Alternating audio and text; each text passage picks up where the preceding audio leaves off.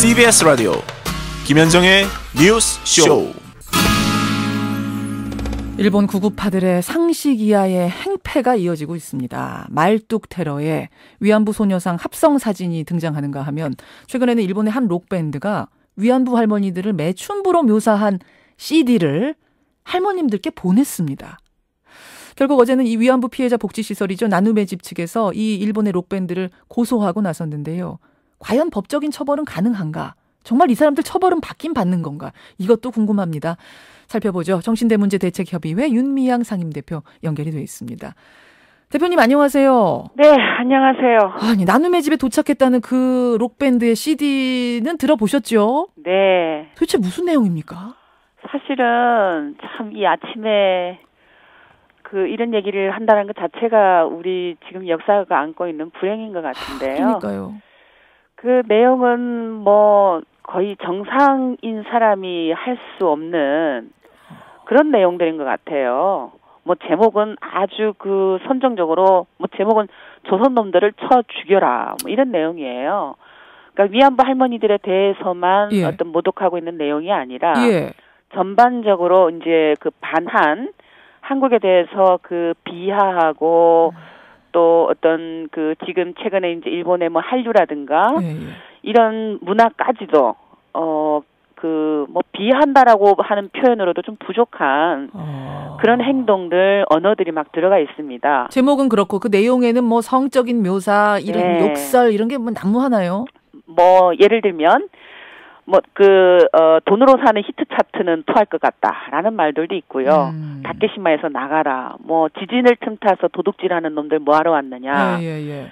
뭐 지진 사실은 일본이 대지진 났을 때 얼마나 한국 사회에서 같이 아파하고 모금을 하고 그랬잖아요. 그럼요. 심지어 우리 위안부 할머니들조차도 모금에 동참하고 예. 전달하기도 하는 그런 일들을 벌였는데 특히 이제 위안부 문제와 관련해서는 이건 뭐 그동안 쭉 나왔던 이야기들을 이 CD에서 총 집합한 것 같다라는 느낌이 좀 들어요. 예를 들면? 지난 2011년 12월 14일에 천차 수요시를 하면서 예.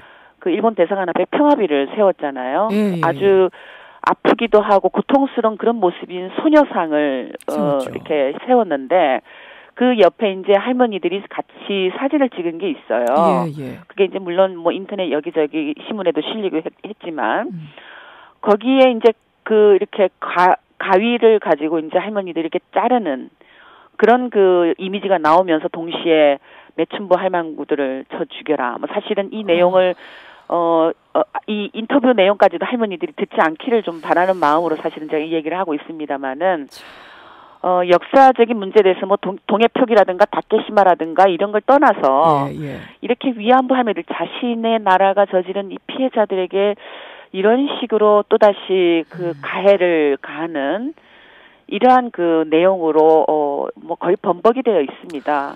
지금 뭐 방송에서 더 다 소개하기가 참 너무 적나라해서 네. 이해 못하실 정도로 좀 조심스럽게 말씀해 주시는 걸 들으면서도 네. 도대체 어느 정도 수인지 이게 감이 잡힙니다. 네네. 도대체 이걸 보낸 록밴드 뭐 이름이 앵란무류라고 하던데요. 네, 그렇네요. 뭐 하는 밴드입니까?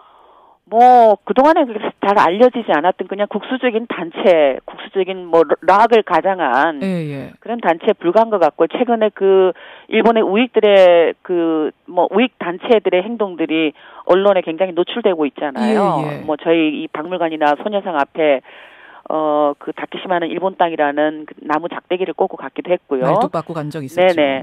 그러니까 그 집회에 참석해서 이제 노래를 부르기도 하고. 그러면서 이제 조금 요즘 이렇게 목소리들이 나오고 있는 그런 락 밴드 같아요.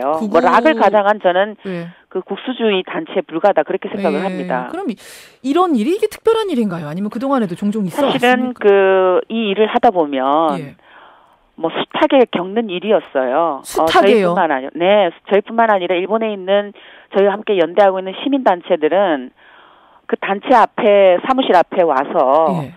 우익 단체들이 출입구를 막고 직원들이 화장실도 못 갈 정도로 심지어는 그 단체를 방문했던 사람들도 나가지 못할 정도로 나와서 매춘부와 연대하는 사람들 매국노들 나와라 뭐 이렇게 소리 지르기도 하고요. 근데 저희 정대협 같은 경우에는 예를 들면 그럼 90년대 초부터 있었던 일이긴 한데요. 예. 저희가 일본 집회 소식이 알려지잖아요. 그럼 예. 어느 날 팩스로 그 수신처가 없는 한글로 된 팩스가 날라와요. 어떤 건가요? 너희들이 나리타 공항에 내리는 순간 생명의 위협을 느낄 것이다. 죽음을 각오하려면 와라. 이러는 팩스가 오기도 하고요. 저희가 그 할머니들 모시고 실제로 일본 그 참여연회관이나 이런 집회가 열릴 때 예. 할머니를 모시고 가잖아요. 그럼 예. 할머니 바로 한 5m 앞에서 그 일본 우익 단체들이 그 일장기하고 우길승천기라고 알려진 예. 그 깃발을 들고 확성기를 틀어놓은 상태에서 매춘부는 조선으로 돌아가라 라고 막 소리를 지면서 그 협박을 해요.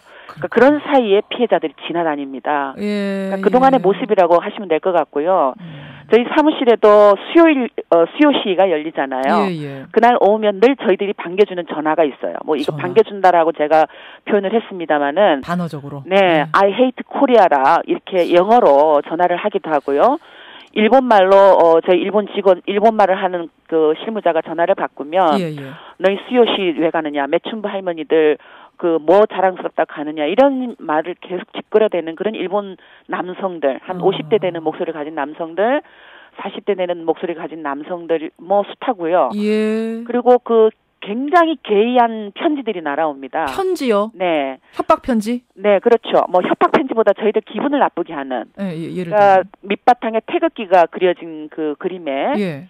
여학생이 이제 교복을 입고 있어요. 꼭 여학생을 그립니다. 여학생 교복을 입고 성기가 혹은 항문이 다 드러난 상태에서 소변을 보는 모습이라든가 태극기 위에다가요? 네네. 변을 보는 모습이라든가 이런 사진을 보내요.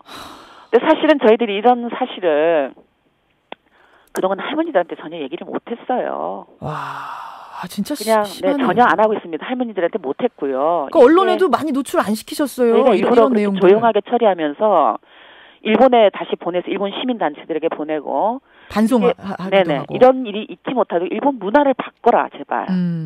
근본적으로 이런 문제가 해결될 수 있도록 하기 위해서는 위안부 문제에 대해서 일본 정치가들이 저런 망언을 못하게 해야 된다. 예. 이런 그 일본 민간인들의 이 락밴드에 사시는 행동에도 그 뒤에 배우는 아베를 비롯한 정치 지도자들이 있다고 봅니다. 이 위안부 문제는 강제 연행이 없었다. 여성들이 자원했다. 이게 매춘부라는 얘기를 정치가가 돌려서 말하는 거잖아요. 그렇죠. 아니 저 대표님. 네. 그럼 그런 상황들을 지금까지 언론에도 많이 노출시키지 않고 할머님들한테도 말하지 않고 네. 조용히 하신 이유는 뭐예요? 사실은 이런 것이 이 대외적으로 드러났을 경우에 가장 피해를 보는 분들은 위안부 피해자라고 생각을 했고요. 예. 그리고 이런 이 사람들이 원하는 것, 예. 이 일본 우익들이 원하는 것은 이런 그 틈새를 타서 자기 자신들의 입지를 굳히고 더 넓히고 확산하는 거다라는 일본 내에서 어떤 정치적인 목표도 그렇죠. 있다는 거군요. 그런 걸 봤기 때문에 극우파로서의 우리가 정치 자리 잡기. 이용당할 필요가 없다라는 그런 판단이 하나 들었고요. 예. 또 하나는 사실은 굉장히 이렇게 각자의 생각은 다르다고 생각을 합니다만은 예. 어떤 감정적인 대처는 오히려 또 다른 감정을 불러일으켜서 예. 더 과하고 더 과도하고 더 기분 나쁜 사람을 참 불행하게 만드는 그럴까봐 그러한 행동들만 계속 만들 수밖에 없다. 이렇게 되면 예. 우리나라에도 또 있잖아요. 그렇죠. 그 보수 우익들이라든가 또 어떤 예를 들면 무슨 악한 문제만 나오면 그 사람도 위안부로 보내라 이런 얘기들 많이 하거든요. 인터넷에서도 숱하게 지금 나오고 있고요. 근데 저희들이 그런 인터넷에서 위안부 할머니들을 모독하는 얘기가 나올 때마다 저희가 소리 없이 고소고발장을 제출을 해요. 그리고 소리 없이 경찰에 조사를 요청을 하고요. 그렇군요. 그래서 그 사람들에게 사죄를 하게 만들고 그렇게 하거든요. 언론에 노출 못 시키는 이유는 이 문제는 바로 지금 위안부 할머니들이 곁에 바로 살아있기 때문에 알겠습니다. 그런 여러 가지 어려운 점들, 민감한 점들이 있습니다. 지금 정리를 서서히 해야 될 텐데 근데 이번에는 나눔의 집에서 직접 고소를 하고 나서셨어요. 법적으로 처벌해달라. 네. 이건 어떤 이유가 있을까요? 사실은 나눔의 집은 할머니들이 사시는 곳이잖아요. 예. 저희들은 이제 운동단체고 사시는 곳이기 때문에 조금 더 이건 결국은 곧바로 할머니들에 대한 그런 인권 침해 행위로 받아들였지 않겠는가 그런 생각이 들어요. 아까 사무실로 전화하는 것과는 또 수준이 다른 차원에. 그건 저희들이 막을 수 있지만 나눔의 집에 직접 상처, 보냈다라는 피해. 거는 이건 할머니들에 대한 직접적인 가해 행위다라고 볼 수밖에 없을 것 같습니다. 또 하나 궁금한 건 지난 네. 뭐 말뚝 테러 자행했던 일본인이라든지 네. 이렇게 명예훼손한 혐의로 신고한 경우 이번 경우처럼 네. 처벌이 가능합니까? 그 후에 어떻게 됐는지 궁금해요. 사실은 현실적으로 처벌이 불가능합니다. 법원에 그 사람들을 법정에 세울 수도 없고요. 예. 그 사람들이 한국에 왔을 경우에 체포하거나 또 어떤 바로 기소하거나라는 건 가능하지만 뭐 그 사람들은 지금 오지 않고 일본에서 좀 인터넷이라는 게 뭐 굉장히 한편으로는 경계가 없이 범죄를 저지르는 그 도구가 되고 있는데요. 예. 현실적으로 불가능하죠. 그게 좀 안타까울 뿐이고요. 그렇군요. 그래서 사실은 피해자들이 이렇게 직접 고소하고 늘 피해자들이 그 방패가 되고 예. 문제 해결에 앞장서는 것까지 피해가 되는 이 문화. 지난 67년 동안 사실은 한국 사회에서도 이렇게 일본의 뭐 우익들이 또 아베가 숱하게 망언을 하고 할 때 우리 국회에서는 우리 정부에서는 어떤 그러니까 방지 조치를 했는가? 예. 사실은 진작에 법이 만들어져서 정리를 좀 예. 이런 문화를 좀 제지하고 특히 한국 사회에서도 마찬가지인데 지금 인터넷에서요. 포털 사이트에서 위안부라고 검색을 해보면 대표님 정리를 좀 해주세요. 이게 한국 사람들이 올린가 싶을 정도로 굉장히 위안부 피해자들 비하하는 알겠습니다. 그 사람들 똑같은 얘기 너무 많습니다. 많이 흥분이 되는 아침이네요. 네네 여기까지 그렇습니다. 말씀 듣겠습니다. 고맙습니다. 네.